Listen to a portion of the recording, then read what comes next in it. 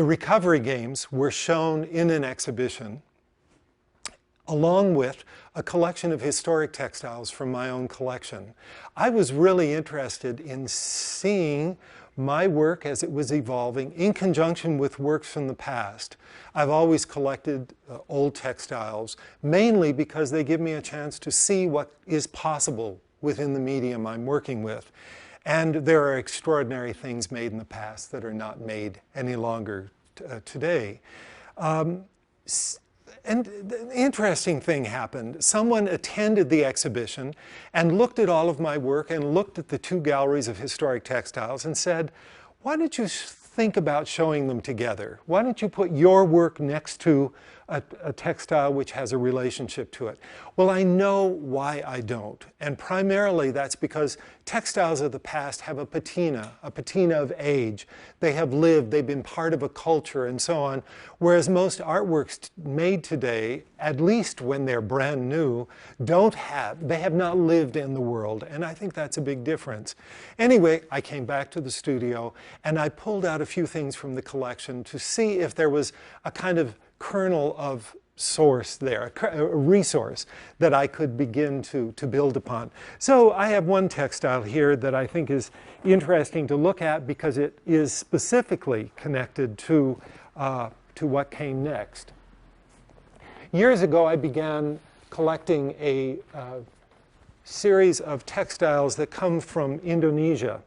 These are skirts that are made hand-woven by women and then heavily embroidered, as you can see. And these are made to be formed into a tube which a woman wears as a skirt for a wedding event. I love this one, in part because of the color, most of which comes from natural dyes, the elaboration on the surface, and especially I love the language in this I had translated several years ago, and it says, hello, my name is so-and-so, the woman tells you her name, made with great care, if you borrow, please take great care of this. And then she signs off. And I think, isn't that great to go to a wedding out there in that environment and be wearing this bit of advertisement around yourself that kind of adds to the quality of the experience and the beauty of the object. So I thought, maybe I can go someplace with that. Second thing that happened, I thought, what am I going to make the work from? And I happened to be cleaning here in my studio, and I was up in this loft space up above, and I came across a bag, black plastic bag, full of old Japanese kimonos, specifically 28 of them. I had not looked at them for years. Since a group of us, I think there were 6, each invested $100, and we bought a 400-pound bale of kimonos from Japan. In the 70s, they were exported like we export old Levi's to other countries of the world. The Japanese were no longer wearing kimonos for daily wear, and they had tons of material that were then exported to other parts of the world where they could sell them. So I opened the bag and I began to look at the textiles, and I thought, this is maybe an interesting potential. What if I take the kimono apart and use the actual fabric in something new that I'm making? So I happen to have here a little photograph of the first kimono that I started with. You can see the basic shape, and this is the textile itself, which is kind of an interesting one. I selected this one in particular because of the X's and the O's, which I found to be really appropriate to this digital moment in which we're living. I also like the idea of X being the mark of the signature, etc. And this textile is done by ikat patterning, wherein all the pattern is dyed on the threads before the textile is woven. If you can imagine, it's a very laborious process, but it yields a very beautiful shape, character, with a very soft edge, that fuzzy edge created as the weaver is throwing the yarn of silk back and forth. So, okay, I took this kimono apart. Here's a piece that's left over, and using this point, this skirt as a reference, got to work. And the first piece that I made is the one that you can see here. It's, I wanted to hold on to the idea of function in the textile. And I did not want to make something that was, I wasn't going to make a skirt. I didn't think of anything else that was familiar until I came up with this notion of doing something that is part of everybody's experience. When you go to buy carpet samples, you go to the store and you manipulate a structure like this. So I ended up just putting all of this together and trying to find a way to echo the stripes of the original textile that I was referencing. So here the stripes are on the ends of each of the bands in the sample book with a message. And I intended this to be the kind of introduction message. This is what welcomes the audience to the whole experience. Hello, friends. 7 armies of angels wait for you to make the right moves. Now proceed. So in a way, this is kind of a suggestion of getting into something that you may not be into, like that game playing strategy that I talked about. And I did, I worked with all of the fabric. In fact, this is all that's left at this point. I used all of the fabric from the garment in making about 8 or 10 pieces. A couple of the others are here. For example, the double panel that hangs up above. In 2008, the economy in the United States was tanking. And I'm sitting here working, and I'm thinking, what's the antidote to this misery that people are experiencing right now? Suddenly, all of the terra firma that so many people were feeling in the moment of prosperity that preceded that time became like quicksand. And I thought, well, what can you do except laugh? And I thought, well, I'll just take my textile, and moving off of the notion of using language here, I'll include a word on top of that ikat kimono fabric.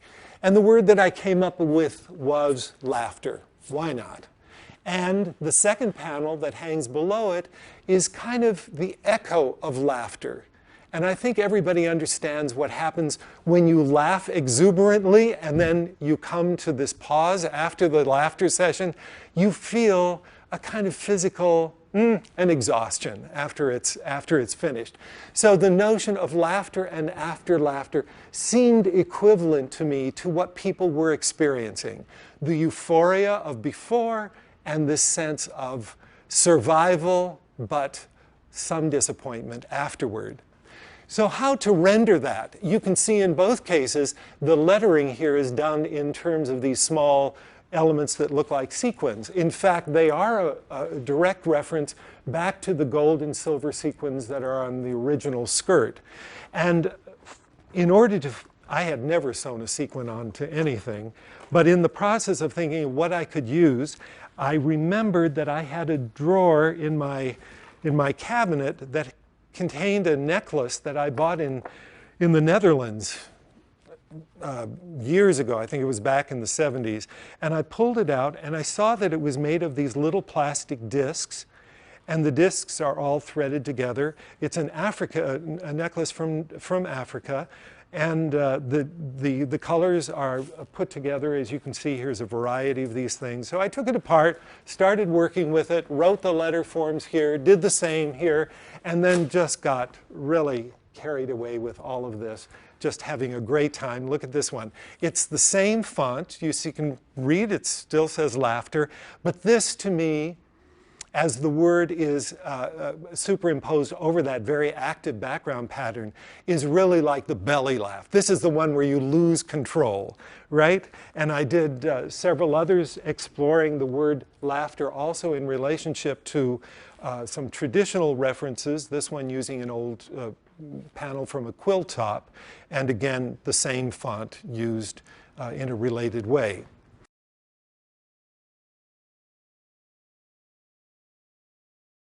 When I was finished with making about 8 pieces, all that I had left were scraps of this original fabric. And I thought, I promised myself I was going to use the whole thing, except for the little sample to begin with, that I started with. So here is, you can see the last piece. I really love rescuing things from the past. You know, the problem with textiles is the textiles are so vulnerable. I mean, everything wears out. Imagine the clothes that you're wearing. How long are they going to exist on the face of the earth? What happens to them when you get a hole in the knee or the color fades in what you're wearing, etc.? Most of us don't even pay attention. They just go. Salvation Army, I don't know where all that stuff goes, but it disappears. Not in other cultures, however. And the person who pays most close attention to these little bits and pieces, the shards of the past, are people who are textile conservators, who work in museums, and they may inherit things like pieces from an old tunic that came from Peru that's 1,500 years old. And their job is to put those pieces together and reconstruct the idea of the whole. So taking the panels that I had left from that original, from the pieces that I'd made, I reorganized them back into something that is exactly the width of the original kimono fabric. And then I used a second textile, this checkerboard panel, and the checkerboard having a similar proportion to the X pattern in the original fabric, and decided that I would mend the space between the fragments with that pattern and with language. You remember, perhaps you don't, but maybe your grandmother does, your grandmother darning socks. I remember there was a time when people actually fixed a hole in a pair of socks by darning back and forth and then going back and forth with thread in the opposite direction to repair that hole. So I thought, why not do the repair with language? Let's read this together, at least the first part of it. Glide now, move across time, left to right, extend away, return back, extend away, 2 steps left, 3 steps right, slide on back, skip, skip, and reverse, etc. Basically, these are directions for a Fred Astaire dance number. And I love that, where Fred Astaire stands at the top of the steps and then comes down, you know, moving like crazy all the way along in a beautiful choreographed dance experience. So here what I've done is to substitute the fly of the shuttle, which builds the textile, with language and the sense of time as well, all brought together with the history of the textile and with the sense of recreating something in our own time.